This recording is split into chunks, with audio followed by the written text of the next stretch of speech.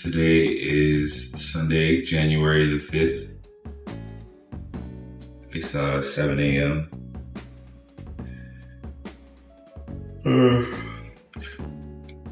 Today I'm just gonna be working for real. I'm gonna go to the gym in a little bit, but then I'm gonna come back here and I'm just gonna be in the studio all day. I wanted the gym to work out, to shower, and then to have some human interaction for the day. Because when I come back here, there's nobody here. I'm literally here from whatever time I come back till midnight when I go to sleep.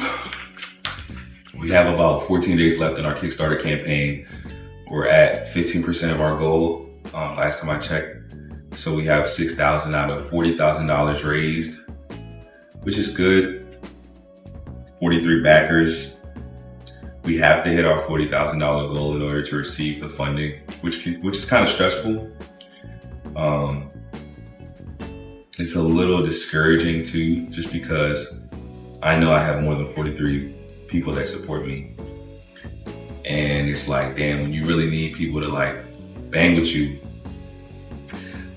sometimes they fall short. But I'm gonna give people the benefit of the doubt. I'm gonna reach out to all the folks that I really think care about me one by one and tell them, hey, I need your help to continue to run this business, because without that 40K, that's an important piece of the equation that we need to make it to year 6 and keep running the business.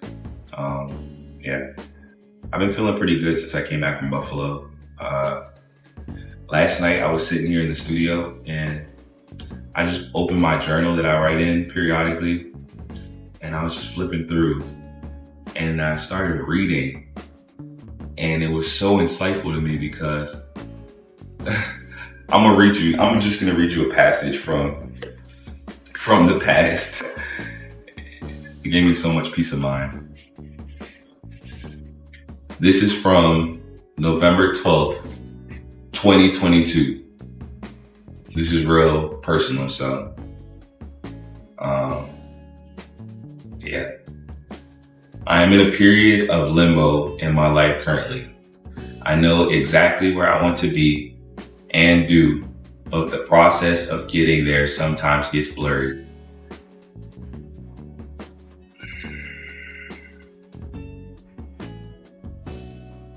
On the business side, I am drowning or barely treading water, like how I do in real life. Bay has so much potential, but the numbers don't justify it. Our debt is overtaking any profit we are making. The gyms are keeping us afloat. I'm trying my best to keep everything together, but the truth is I need help and fast. Recently, I haven't been stressed about it because I have been trying to keep my own advice. If I take a loss on Bay, I can and will bounce back and still succeed with something else in the future. But I don't think Bay will fail. I think I just need to make a pivot. I need to utilize my connections in every way at this point, every single one. Outside of Bay, I have a passion for so much more. To improve, I need to dedicate 1 hour every day doing the thing outside of it that I love.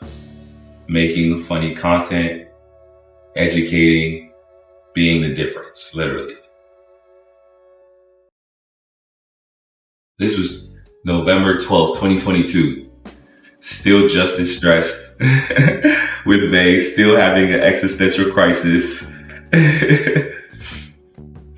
And like just reading that is like, damn, that was 2022 and I'm still here running this business. We've grown so much. We've had so many wins. We've taken a lot of L's too. A lot of the same issues, but it's the nature of business. It's a cycle. And that just reminded me that like, I'm probably going to be feeling somewhat similar a year from now, because it's just the nature of running this business, but I'm still going to withstand and persevere. I definitely don't want to be in this studio. It's not good for my mental health. but I'm gonna be stressed. It's just a part of what it is. Every year around like that December period, New Year's makes me think like, damn, I feel so uncertain. Like when I was in Buffalo, I was thinking I'm so uncertain about the future. I have things that I'm looking forward to in the year, but like I don't know what the future looks like. I felt like that in 2023. I felt like that in 2022. And it's not a bad thing. It's just part of the process. So I think I need to start embracing it because it's not going anywhere. It's not going to change. How much money I was making in 2022 is pennies compared to what we've made in the last year. Pennies. And I was just as stressed. Damn, I was just as stressed. We were making pennies back then. We weren't selling nothing for real.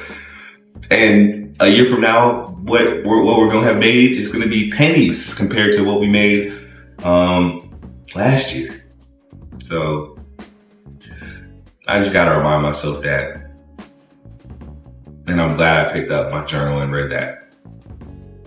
And I'm going to take some time to write a passage today or tomorrow again, so I can read that back in the future. You can call me a lot of things. Can't say I'm not consistent. Eating my 2 packets of oatmeal. I've actually been on a cookie butter diet, so I haven't had any cookie butter in my oatmeal for the last, however long the last video I made was where I had the cookie butter. Great workout today. Hit chest and arms. Give you a physique check.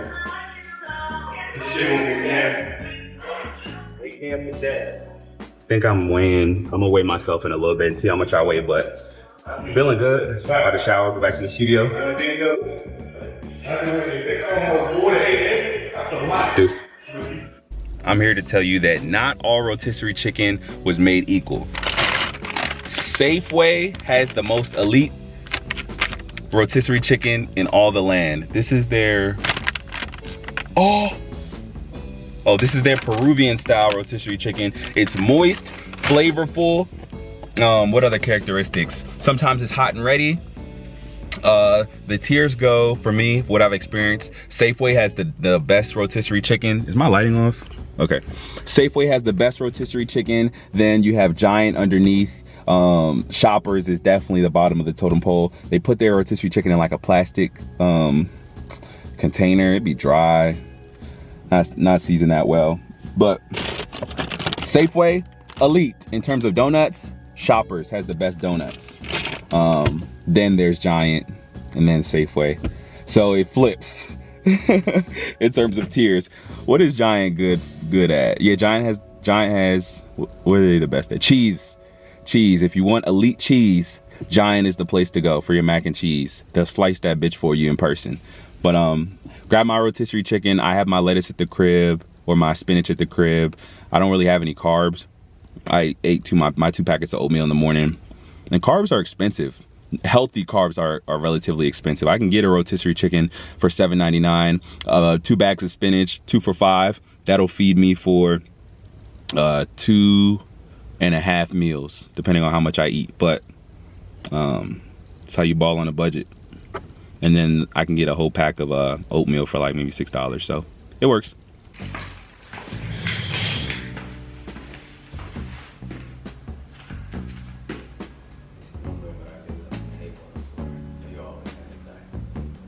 Today is important to me because representation matters. And my goal is to be a role model for the next generation of young entrepreneurs that have an idea or have a vision or have something that calls them that they want to pursue. I want to show them that it's possible. Been in this jump most of the day working. Time is just passing me by. Productive day.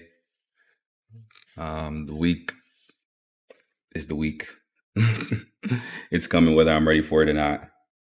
On a bright note, I had cold emailed the founder of Calendly, Tope Awatona, back in January 8th, 2024 to be specific. I had heard him on a podcast called How I Built This back in 2020, and it inspired me like crazy. And that was like my first year in business with A. So I just told him like, hey, thank you so much for sharing your story on this podcast. He's Nigerian born, migrated to Atlanta with his parents, built Calendly, which is now a business that has made him personally wealthy. I think he's the richest Nigerian billionaire in the United States, which is pretty impressive. And I just found his email, cold emailed him, told him, thank you for inspiring me. And I've just been following up with him like every couple of months with where I'm at in my journey. And I told him like, hey, I launched a Kickstarter campaign. Would appreciate your support. Just letting him know what I got going on. And he responded back today after like a week, and he donated, threw me some good bread in the campaign. And this is a guy that doesn't know me from a can of paint. He's just read words that I've sent to him. But it motivated me and inspired me again. So I'm just going to keep pushing through and predict the future by writing history myself. Yeah, I'll catch y'all. They is important to me because representation matters. When I was starting my business, there weren't a lot of people that I could look to for education, inspiration, or motivation that came from similar experiences and backgrounds as mine. My goal is to be a role model to the next generation of entrepreneurs that have an idea, that have a vision, that have something that calls to them that they want to pursue. And I want to be able to give them the information that they need and be a measuring stick for them to show them that, oh, this is possible if I put my mind to it. This is possible if I have a community of people supporting me. This is possible if I'm motivated and passionate and dedicated to the work that I'm doing. Bay isn't really just about me. It's important to show people within my community that this is a brand for them. People that might not be in my community, but people that look like me in other places in the world, that show them that Bay is a brand that represents them, that hears them, that supports them, and that wants to provide quality products, community, and experiences for them. Bay is more than a brand.